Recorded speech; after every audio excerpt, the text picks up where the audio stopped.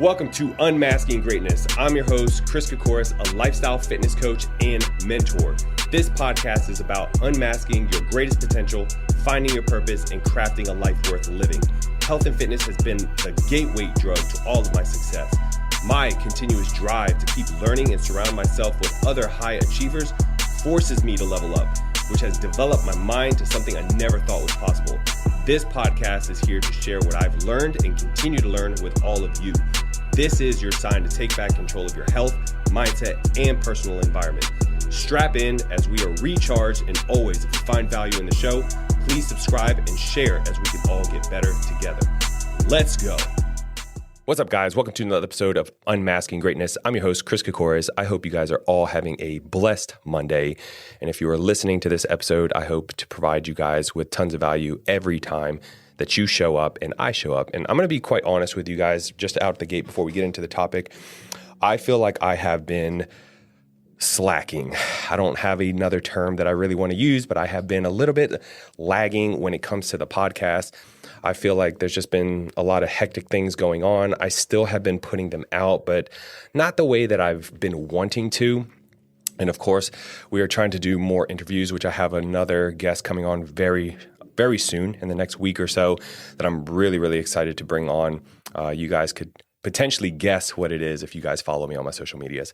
But either way, I am trying to do more for you guys. And I have even, which sounds crazy, right? Because I feel like I've been slacking. I feel like I want to kind of turn things up and post more than just one a week, almost 2 to potentially 3 podcast every single week, and not super long ones, maybe 20, 25 minutes, because I was thinking I listen to a lot of podcasts actually when I'm driving to work. That is my time to really just kind of drive in the car, and I'm listening to either audiobooks or podcasts, but there's certain podcasts that they're, almost putting out regular episodes, almost to the point where it was daily, and they stopped. And I was a little bit upset about it. I was like, oh man, I really enjoyed listening to that almost every single day. And now it's, he's starting to crank things back up again on his podcast. And he kind of mentioned kind of the same thing that I'm talking about right now. But regardless, I hope that you guys that are listening, you really enjoy this. And if you want me to do more episodes, reach out to me. Tell me that you really enjoy it. Leave me a review. And I think I'm going to lean into that a little bit. So let's kind of talk about what I want to touch on today, which is more so, I'm going to speak a little more directly to you busy parents with kids and younger kids specifically that are not self-sufficient, because the summer's over. And working with many clients, one of the concerns is summertime, right? Things become more chaotic for the parents, right? Freedom for the kids, chaotic for the parents, because there's no structure anymore. We have to find things to occupy our kids.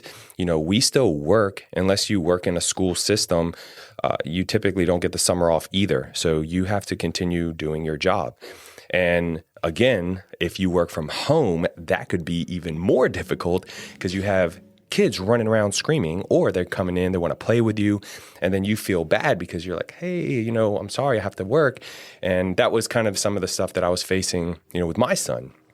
And these are the conversations that I have with a lot of our clients that are actually parents, of how to navigate that, how to set boundaries, how to structure things a little bit better, especially during the summertime. And now we are out of the summer and kids are back in school. A little breath of fresh air for some of us. And it's not that we don't want our kids around. It's like we as I feel as humans, we're creatures of habit. We like structure. And I think structure ultimately gives you freedom long term. So having that sort of structure makes things really easy for us. And if we can implement good systems, good structures that also are very cohesive with a healthy lifestyle, this can be very beneficial for you and your children. But this is the conversations that come up with a lot of parents, that they don't have the time. They don't have the time to eat. They don't have times to, get themselves ready. They're hustling and bustling and having crazy mornings trying to get the kids out the door and take them to school. All the all the things, right?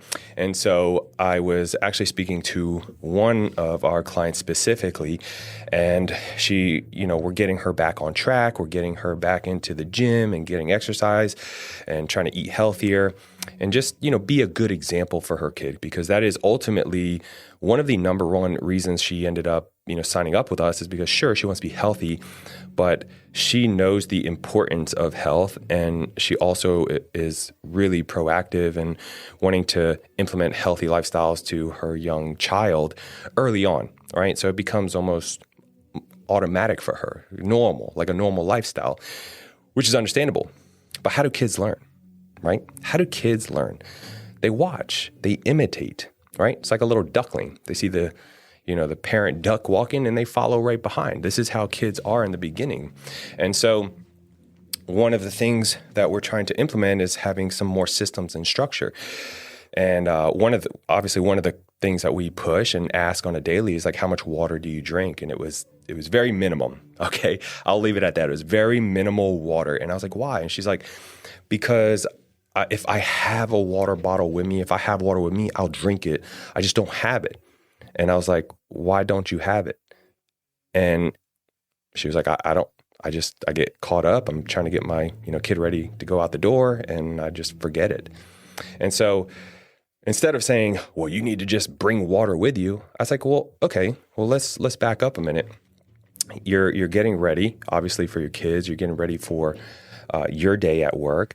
And so I'm assuming, again, because I'm a parent too, we try to make our life a little bit easier in the mornings by preparing our kids. So what that could potentially look like is you have their clothes already picked out. You have a lunchbox. Their lunch is already made for them. You give them some sort of water bottle to take with them to school. Like all that stuff is ready in a backpack, ready to just kind of like put the clothes on, get out the door. Would that be somewhat accurate? This is what I asked her. And she was like, yeah, actually, that's pretty spot on. I do that. And so now I asked her, okay, so here's the question for you. If you can do that for her, why can't you do that for you? Where did you lose yourself along the lines of planning and preparing? And it kind of took her back a little bit. And she was like, I don't know. I never really thought of that. And I was like, that's okay. Because most of us parents, what do we say? We want to put the kids first, everything for the kids. At the end of the day, if your goal and objective is to be the best parent, be a good example, really set the bar and the standard for your child, where does that start? It starts with you. And so the reality is these kids don't prepare themselves. You're the one preparing them, getting them ready for bed, brushing their teeth, laying their clothes out, getting the school papers filled out, all of that, right? But you need to do that for you, because then they can start to see, well, they're not just forcing me to do something that I don't want to do. My mom and dad do that too. And this becomes a rippling effect. And I'm just talking about water right now, but let's talk about like just in general, like your morning routines. Like how do you react in the morning? Are you waking up the last minute and it's super chaotic, or do you wake up a little bit earlier so you have some time to, either do some devotional work, you want to stretch, are you going to the gym prior, are you eating breakfast? What are those things that you're setting the pace for the day? Those are the kind of conversations that you need to be having while you're structuring and having these systems every single day and on a weekly basis. If you guys listen to a lot of my podcasts, I'm very adamant about scheduling and timing and giving yourself buffer time, prioritizing. So again, I just want you to know, if this sounds like you are not alone, okay? Every parent feels like this at some point, even myself. But if you're not taking account, if you're not looking and adjusting and auditing it, then don't plan on anything changing. Everything will stay the same until you decide to change, right? And it's just slowly implementing. So we need to start reframing, what we're trying to get out of this. So, again, creating structure is going to be the number one thing. Now, I will say this, your morning starts the night before, always. The night before, just like what I was talking about with your kids, setting all that stuff up, having all that thing prepared makes your life so much easier in the morning for your kid. Now, what if you did that for yourself? so much more time, so much smoother. And we are building momentum in the morning. So if one thing goes wrong, we start to think our whole day is wrong, right? This is also another reason why I tell a lot of people, don't listen to the news first thing in the morning.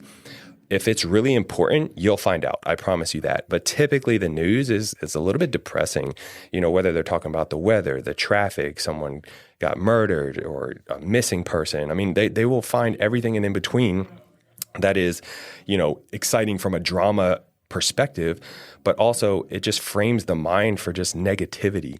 We need to start out, positive and having momentum and really like, I'm going to crush today and hit my goals and whatever that may be. It doesn't always have to be health, but we want to implement that because if we are healthier, we think better, we have more energy, we're obviously going to feel better. And then again, when we're setting that example for our children, they see that. So organization at the night equals the freedom in the morning. So it's got to start there. So I'm going to give you guys some practical things, again, for yourself to do. And this is going to implement for you and your kids. You do the same thing for yourself, okay? So the first thing that you want to do is create a nighttime routine, all right? I typically say no more screen time, no more phones, an hour before you actually lay down.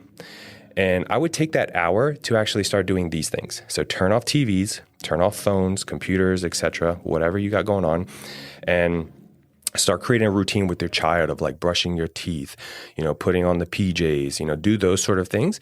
And then you can also start to pick out the clothes for the next day, right? If you're doing it for your kids, do it for yourself. Have your clothes picked out. If you are working out after work, if you're working out at lunch, make sure you pack those clothes up too and put them in a bag. Have it ready at the door. When you're talking about food, you're packing lunch for your kids, you're packing water bottles up, filling them up the night before. Same thing. Why are you not packing your lunch up? Why do you not have a water bottle ready? Fill that thing up, put it in the fridge or leave it out. Your preference, you want room temp or not. But again, have that stuff ready. Again, backpacks, bags, computer bags, anything that you need to leave the house with you needs to be almost sitting at the door where it's like a grab and go. Let's rock and roll. Let's crush today.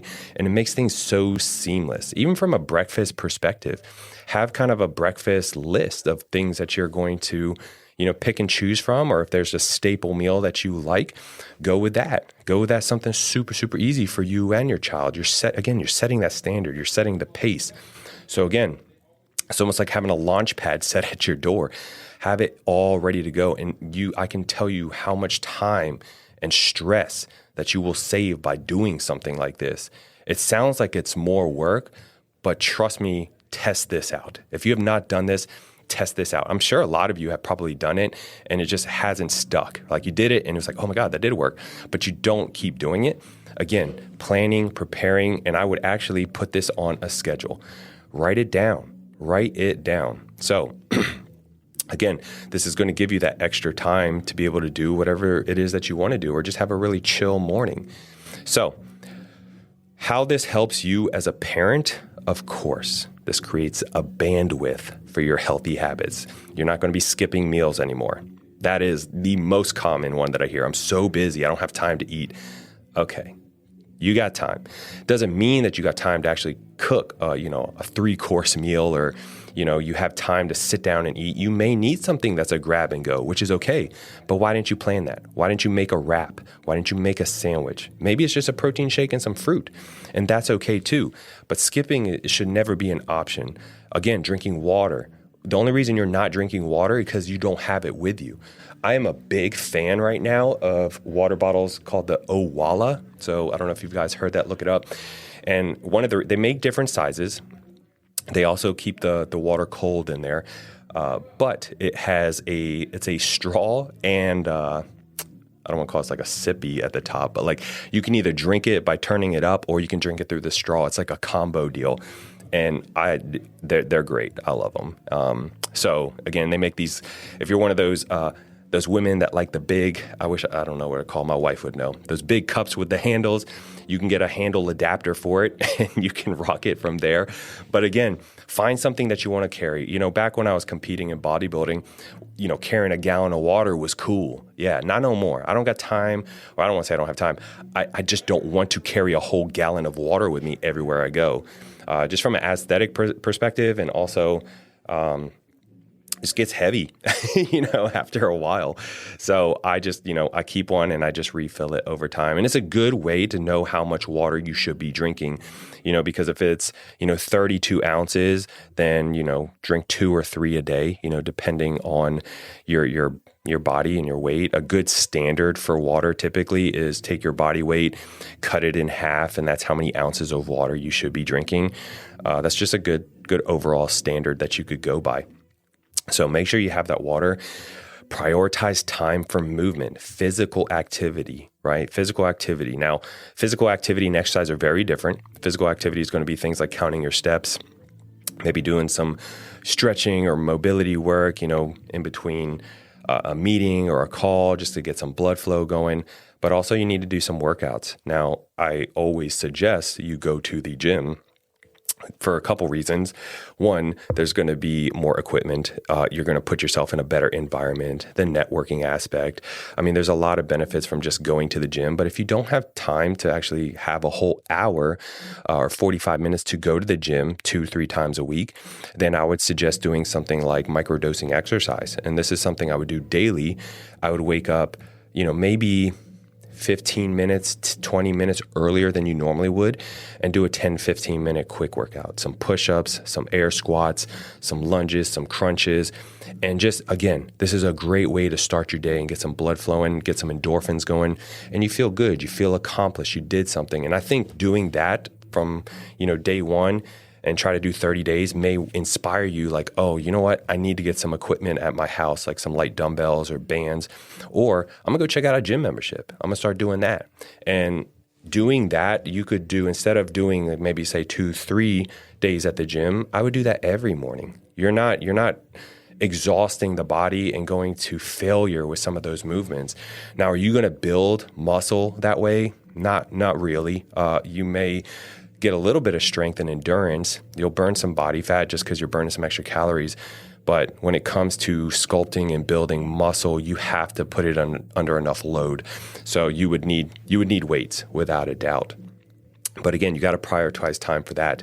And again, when you start doing these kind of things, what did I say from the beginning? Your kids see what you're doing.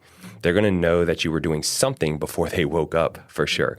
They're going to see how you dress, how you handle yourself, how your demeanor is, because you're not so stressed and frazzled first thing in the morning. Again, they're going to implement that, because if you're kind of crazy and yelling and hectic in the morning, they're going to think that's normal, and they're going to be like that too. So set the pace, set the standard, have some structure, and implement that and show them by example. So you guys got to start shifting the way that you think and you speak to yourself. It's not, I didn't have time. You need to start saying, I didn't plan my time. I didn't plan or prepare what I was supposed to do, AKA, this is why I don't have time, quote unquote, right? So you're not only helping your kids succeed now in their day-to-day, but they're going to be able to succeed better in school, because with that planning and that skilled preparation, they're going to start modeling it. Remember, when we're talking about prioritization, your kid's going to be going to school. They're going to end up getting homework. My son is now starting to have homework. And, luckily they started very minimal. So he's going to have to spend about 15 minutes outside of school when he gets home to do, worksheets. And obviously we're going to have to help him with it. But when you have a system and things are scheduled, they don't feel like you're just like pushing so much on them. It's like, okay, listen, there's time to go to school. There's going to be time for you to play. There's going to be time for you to maybe be on iPad for a little bit. And then there's also time that we need to work on some school activities. And so over time, that will be a normality for them, and they're not going to, fight you on it in the beginning. And trust me, listen, being a parent has been a learning curve for me, and there's no book for this, but it's a trial and error. But I can tell you this, I was that I'm gonna go on a little tangent here. I was that parent that was like, oh, I'm never gonna have my kid on an iPad or on the phone when we're, out in public.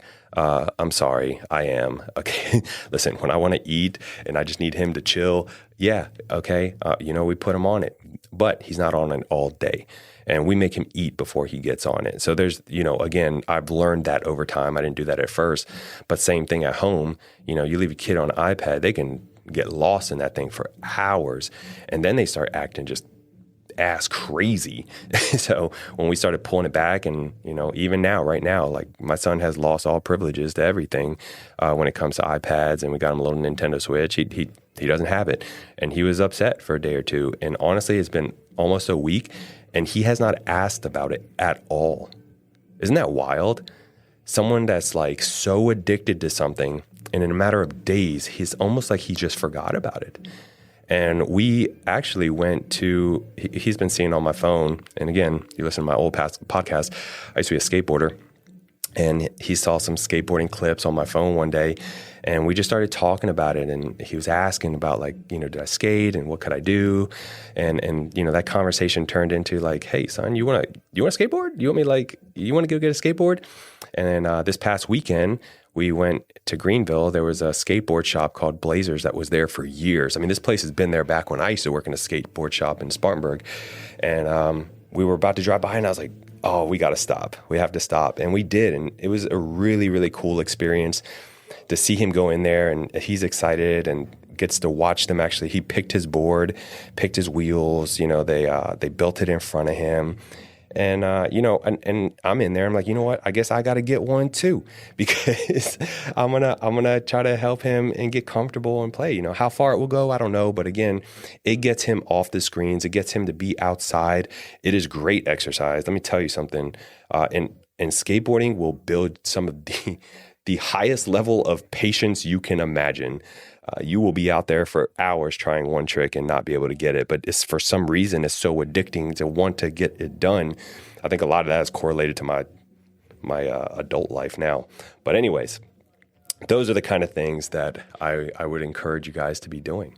So anyways, that's my message to you guys. My action step that I would love for you guys to do that are thinking about this, and if this is resonating with you, don't try to overhaul your whole life or your whole, days. Pick one thing, just one. If that's like my client where we said, okay, now you're just going to start filling up your water bottle the night before and taking it with you, start with that. The minute we said that and implemented that, which sounds so simple, she has not missed since. She has not missed a day since and hits her water. And we can now compound to the next thing that we're going to focus on. So I ask of you to pick one thing. Is it the water? Is it the clothes? Is it the lunch? Whatever. Pick one, stick to it for a week, and then add another one. And I promise, notice how much better your mornings are going to feel. Okay? So I challenge you to do one thing for a full week, audit it, see how it went, and then when you feel comfortable, let's add another one, okay? So wrapping this bad boy up, your kids might not prep themselves, but you can build systems that make the mornings so much smoother. And when you do, you will even get your own health back, all right?